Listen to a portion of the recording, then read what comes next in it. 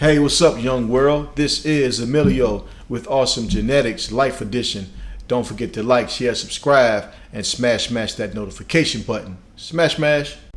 So, guys, I'd like to welcome Tony Cathreo from Cat Daddy Garage and Custom. How you doing, man? Oh, bro, how you doing, man? Hey, I'm doing good. Cool, man. Thanks for coming, man. Yeah, man. Yeah. Anything to help out in a aspiring, soon-to-be and pretty hot and heavy a podcaster over here and YouTube channel. Yeah, man, that's really cool. Yeah, appreciate you, man. Yeah, so let's get right to it, man. So, Tony, let the world know exactly where you're from. Yeah, man, originally the Columbia, Maryland. I grew up probably back in the early 70s. I'm 54 years old, so telling my age. Gotcha. But then we left the Columbia, Maryland. That was probably like around 1979. Then we headed out to the San Francisco Bay Area. Okay, so how was it growing up at that time? How was it? How was the environment at that time? I think it was very. I would have to say that from the environment standpoint, it was definitely some differences from the East Coast. Okay. Coming from the Washington D.C. or the DMV area, and then moving out to the San Francisco Bay Area. It was. I could say that I had a fun childhood,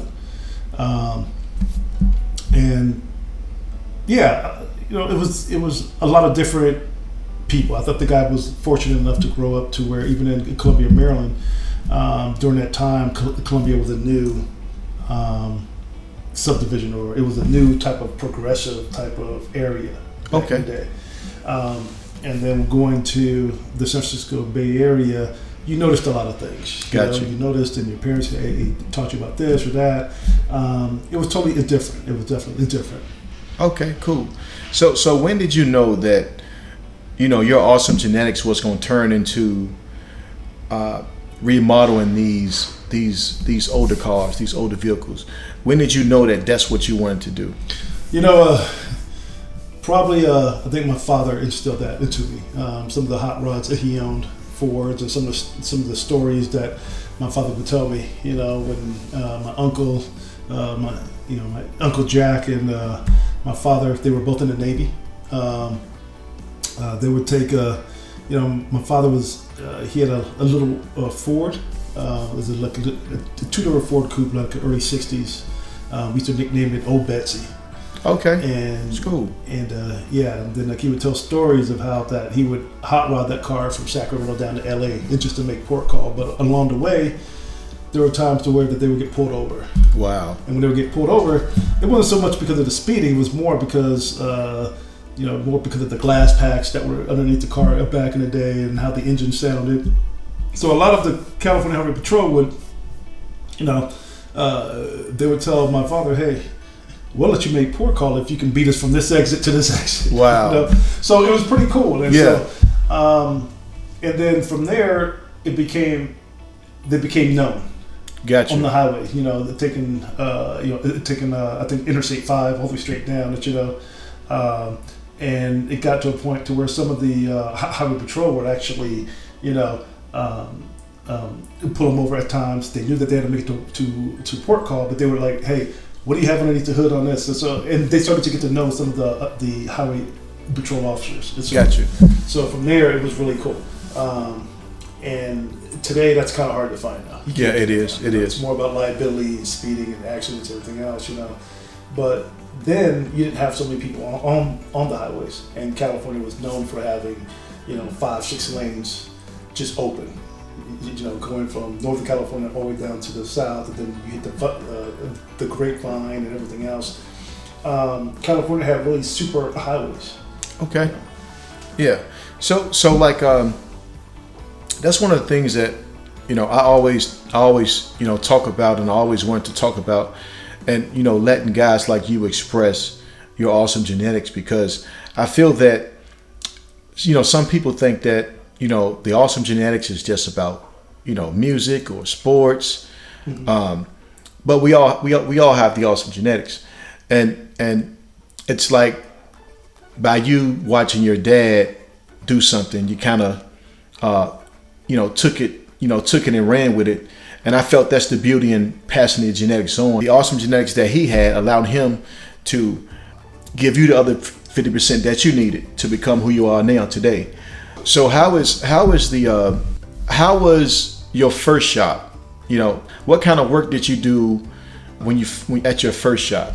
So, like, what kind of cars were you remodeling? What kind of cars were you making? What kind of, what did you first get into? What did you first touch? So I got into hot rods a lot, probably back in high school. I was at the age of 19. I became an assistant manager for the first brick and mortar speed shop chain called Super Shops. Yeah. And Super Shops was the first brick and mortar speed shop all across the country. That was back in the 80s through the 90s into the probably early to mid 2000s. Before they started to go under. But I think just friends in California back in the 80s, everything else, just growing up, seeing guys with the 1980, they had the Camaros, the Ford Mustangs. Those cars were still prevalent even back in the 70s and the 80s. Kids were now, those were the first cars. Gotcha. Sometimes the parents would just pass it down because it's been sitting in the garage for like a long period of time. So for me it was just that, and then I just naturally gravitated into it. My father was heavily into Fords and everything, and I think my father kind of got a little irritated when the first time I saw a '69 Camaro, it just hit me, bam. Yeah. So I think So and then hence some years from there, playing around, going into the military, drag racing, everything else. And then from there, just in life, growing up, always having a passion for those cars and having a passion to learn about those cars and the history of traditional hot rodding to the 1960s, the muscle area. And then moving, fast forwarding, going into my first shop. It was, I was a corporate guy. I was in software sales. Okay. So, cool. Was in the Silicon Valley, everything else, the high speed thing of technology and, the startup world, but a friend of mine, an Air Force guy, took me to a Good Guys show out in Pleasanton, California. It's one of the biggest car shows out there. Oh, I know that was across cool. The country. That had to be cool, right? Yeah, so it just sucked me back into that world again, and that just it's passion. You talk about awesome genetics, and I kind of think that awesome genetics is your passion. Yeah. What comes out in you. That's right. It is. So it is. Your passion. Yeah. And throughout the time, it's always been there. And when we came out here to Georgia, I was part of the Romeos. Gotcha. Yeah. A diner. They were the founders of the Caffeine and Octane that you see at the Perimeter Mall there. That's on TV and everything. And it just hit me that I really wanted to do something to where I was around hot rods and classic cars and everything else. And anyway, so I opened up my first shop. I was out there in Dallas, Georgia. I was out there right next to Moe's, the speed shop. Great bunch of guys and the owners. Very cool. And learned from there, just learning about talking to some of the people there and everything else. B's Garage. He was very influential to me about how to run the back end. I'm coming from corporate. Gotcha. So small businesses, a world different. It's something to where that in the corporate setting you have every single thing for you. Totally. You don't have to worry about marketing, payroll, all this other stuff, and how to get customers. When you're your own small business, you have to get into business and you have to do everything. Yes. And there's times where you're up until 11 or 12 o'clock at night, researching parts for a customer or doing everything. It's a lot.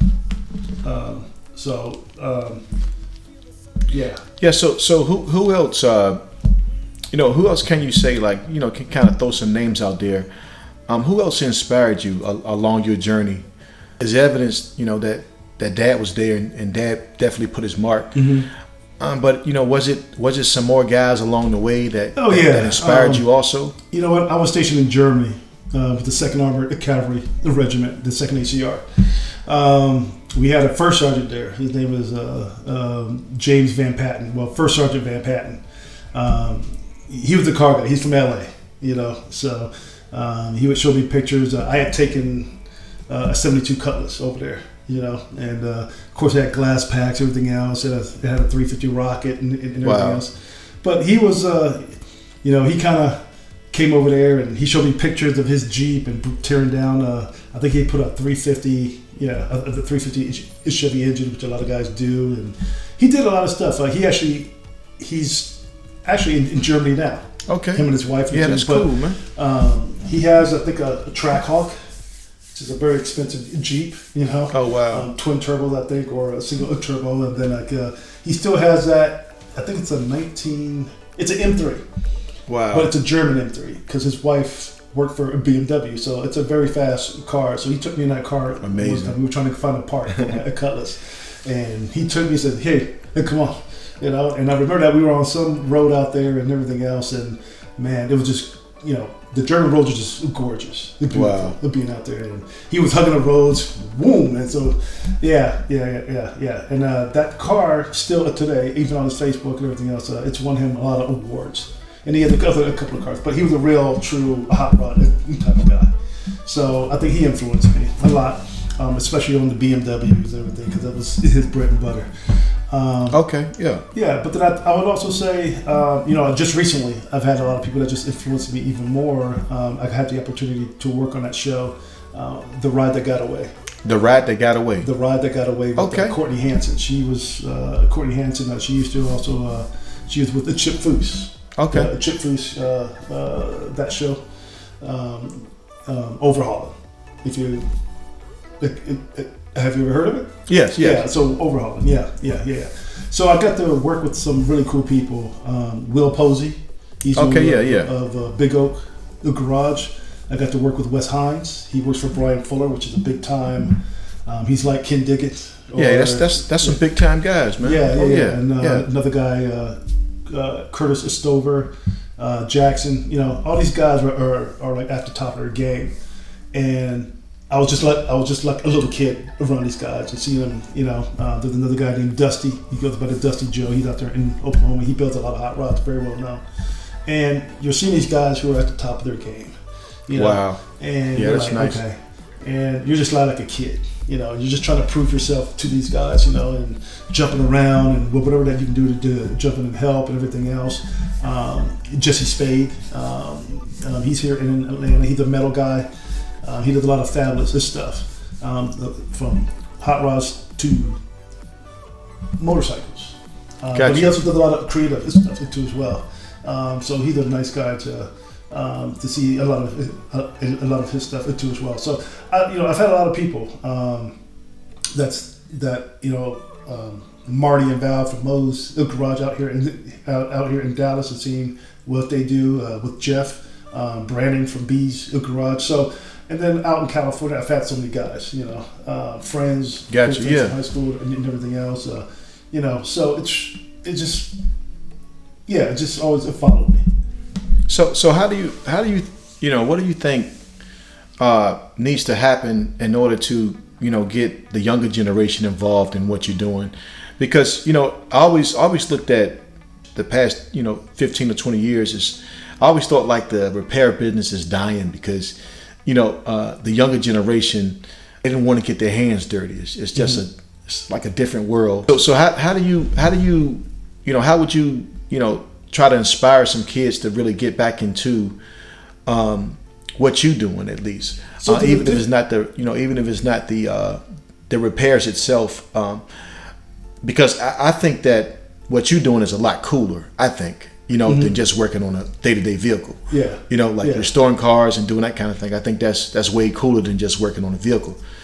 How would you inspire these kids to kind of get their hands on it? So there's two parts to that. So the first one is these cars don't come in every day. They're to inspire a lot of these kids. first of all, some of these cars are classic cars. They're from the 1930s. You took from the 1930s, cars, trucks, all the way up into the 60s and into the 70s. It inspired these kids, I think, with a lot more technology. You can take these cars like a 1947 Ford Coupe, and you can put in with some with some different types of applications and everything else. So, but you can actually have a new Ford Coyote going into that. You don't have to change out the cross member and the front cross member and everything else. So, but you can put a newer style generation fuel injected engine into that, and then from there the transmission at the rear end. Of course, you have to do some modifications on the frame and things of that nature, or else you can, go to somebody like Art Morrison and spend about $25,000 to $30,000 on a new modern, chassis that'll fit that car. Gotcha. And that car will run and handle just like a brand new car. Wow. Amazing. And the technology from fuel injection and everything else that's there. So the car, and even down to sensors, your tires are low. These are something here that companies like Dakota Digital are doing and everything else. Just a lot of cool stuff that you can do. And there's a lot of technology. So you're seeing more and more of the wiring and everything else being set up for other types of accessories that a brand new car has. Whether it's a cool radio or whether it's something that's, just something that's way out there. Gotcha. A sliding glass top, that somebody just wanted to put in, and it's into, let's say, I don't know, like, somebody really wanted to customize, let's say, a Suburban and have a sliding glass that goes electronically, all the way down to, some of the cool stuff, everything else, like headers. You can press a button and, you can go from, the exhaust sound to open headers, Gotcha, yeah. And it sounds pretty cool. And then if a cop or police officer, you can press the button again, and shut it off. So there's a lot of cool stuff out there. There's, I'm on Instagram, and, for what I do, you really have to keep up with the technology and the parts. And so I would say for the young kids, you have the JDM. Yes. Which is the Japanese types of cars that are out there that I think you're seeing a bigger following just because of technology. And these younger kids are like the Lexuses and, the Datsuns and everything, the older style Datsuns and everything else, and the GTRs and things of that nature. But they're really, you can do engine swaps and everything else on a lot of this stuff. And it's cool. I think that, you have to have a passion for it, Again, that's what, do you really like the 1930s through 44s and chopping tops and everything else and doing what's called the traditional hot rods? Or do you like the 1960s, the muscle cars, and then doing the same things, or just getting creative? And that opens up into another world of, do you just want to be a mechanic, or do you want to become a fabricator too as well? Do you want to play with metal and bend it and everything else, and stretching up the metal and forming it, and really it's really cool. Then there's the welding side, doing MIG and TIG and seeing all the stuff that you can do on a car, So SEMA is a really good place. That's like the heaven of Las Vegas for all the hot rodders. It's massive, it's big. Okay. But I think for a lot of these kids, if you're into cool stuff, it's not just like your dad's 1969 Camaro, anymore, or the old type of stuff, where they just think it's a big block Chevy or Ford and that's it. Now, you can put in a Hellcat engine and put that into a cool Dodge Charger. Wow. You can do all that. You can put a Corvette, like a LS4 or something like that, or you can put in these cool brand new LS engines and put them into a Chevelle, a Camaro, a Nova, or even Cross. It doesn't matter. But you can put in a lot of good information that, there's a lot of cool stuff that's being done with these muscle cars. And they can handle just like, almost like a Porsche. Wow. Or it's just as good. Oh, that's dope, man. Yeah. That's super dope. So what is Tony's favorite car? Like, what is, what's the favorite, your favorite car? Like, there was two of them. Well, the first one is the '69 Camaro. Okay, the '69 Camaro. SSRS with the with the quad setup. It's called a cross ram. Okay. That's more the trans. And then the second one, as a kid in Columbia, Maryland, I'll never forget this guy. He had it's back in the mid 70s, because I had to be like 7, 8 years old, and I used to see this guy. He was at the gas station. This is back in the gas stations where all the mechanics were there and everything else, and they come up and fill up your gas and everything. Back in the day. But this guy, he was like a teenager, a hot rod kind of, but he had a Super B. Wow. And I remember this to this day. And those cars are rare today. And I remember the big wing and the color of the car was a bluish color. And I remember that he had one, and he drove it. He drove it to work all the time. And I remember this guy at this gas station, and all the kids and everything else, we were like, whoa, watch. And the way he would burn out and everything else, all the smoke would start coming up. And it was funny because he actually drove it in the snow. This is a rare car. And he actually drove it in the snow. And we just see chunks of ice go from flying up underneath his car. So, and it had the, it had the bird on there. The bird from, the coyote, the Super B bird on there. Yes. And, So that car really intrigued me a lot. Now those cars are $500,000 or $1 million. Wow. From $500,000 to $1 million on up to have one of those cars, $200,000 on up. Wow, that's dope, bro. That is dope. That is so. Yeah. So it's I think so far as the with the old school cars, right, and restoring these cars, or actually turning these cars into beauties, right? What would that cost? Like, I could imagine back then it was expensive, but I'm thinking like now it has to be purchasing a house, maybe, right? Oh yeah, easily, yeah.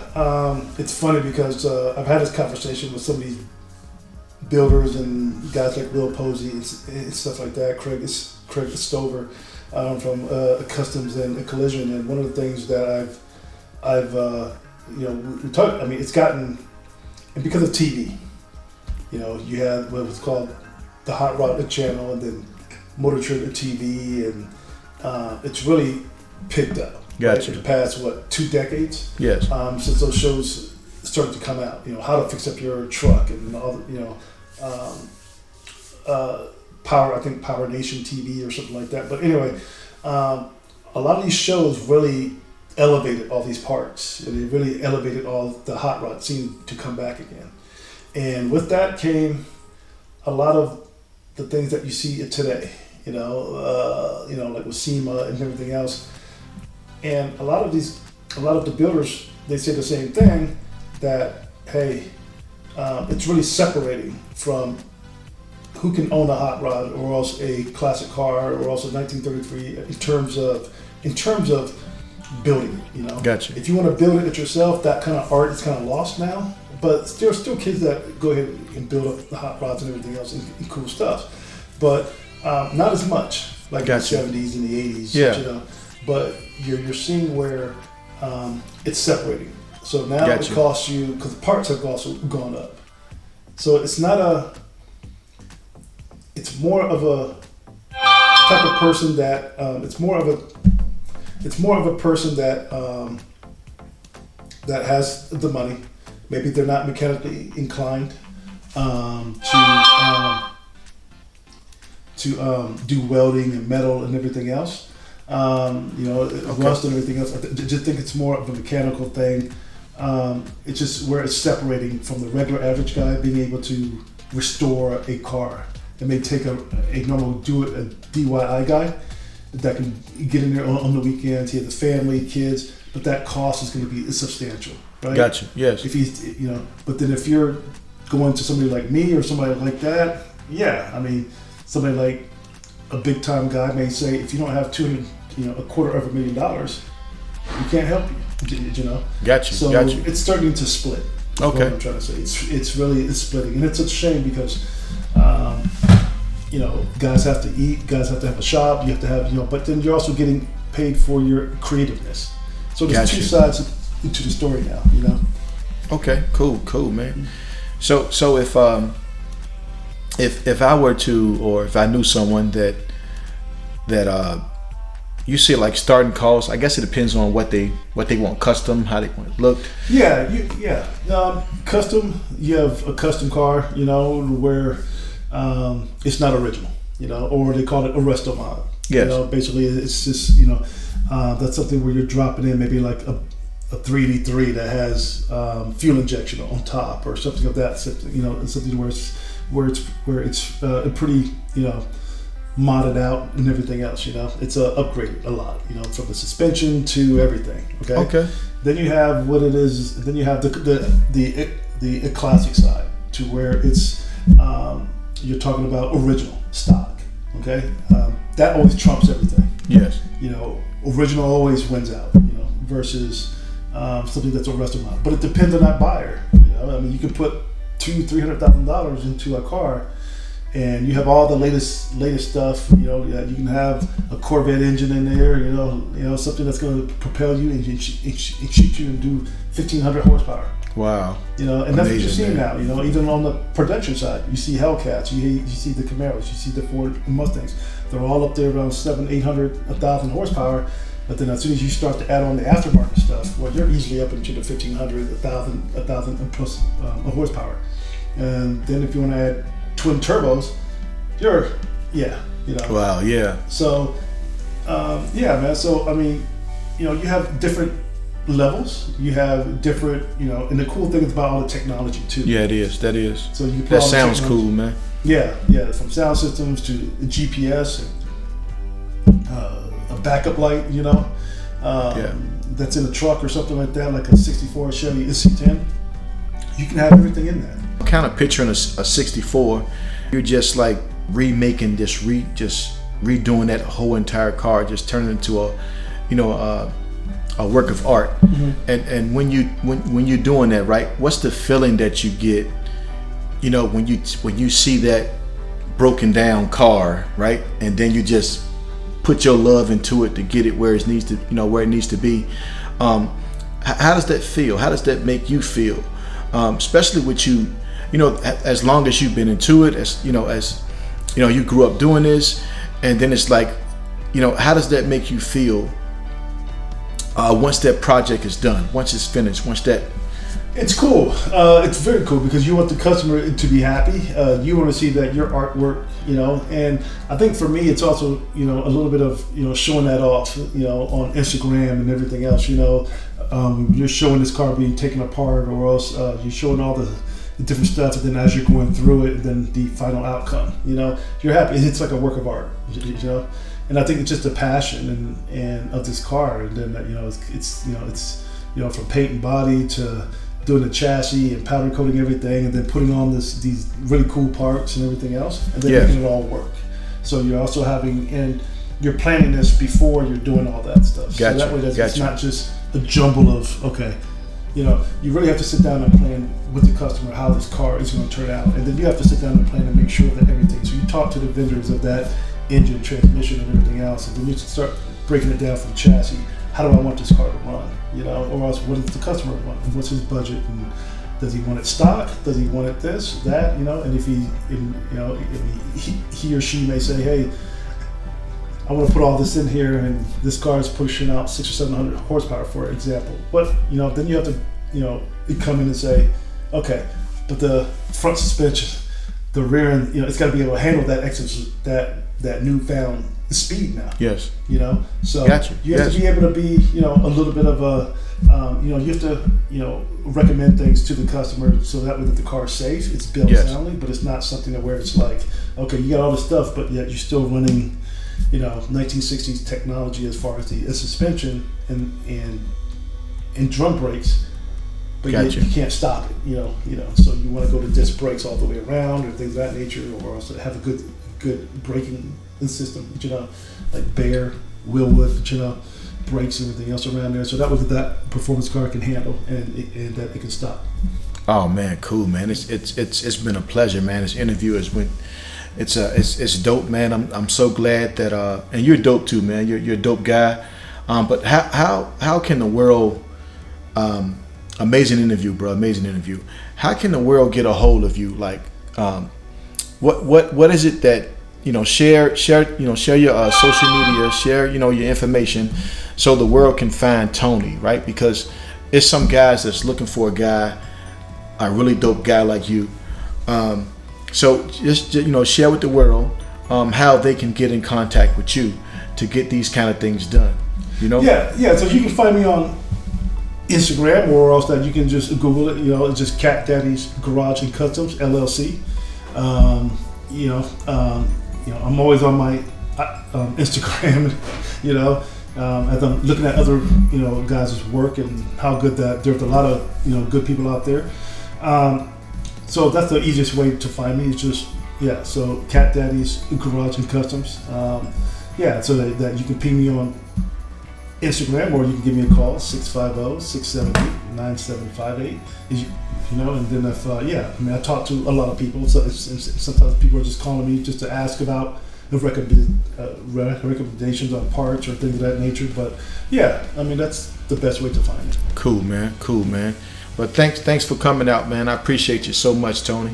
Yeah, it's fun, man. This is fun. Maybe I we do. can do another one sometime. Yeah, we will. We'll get back. We'll come with part 2 for the world to see, man. Right. Okay. But yes, guys, listen, young world. You guys check out Tony, man. Tony is a really dope guy, right? And this interview today is too dope. And always remember, guys, life is good. And until next time, young world, smash.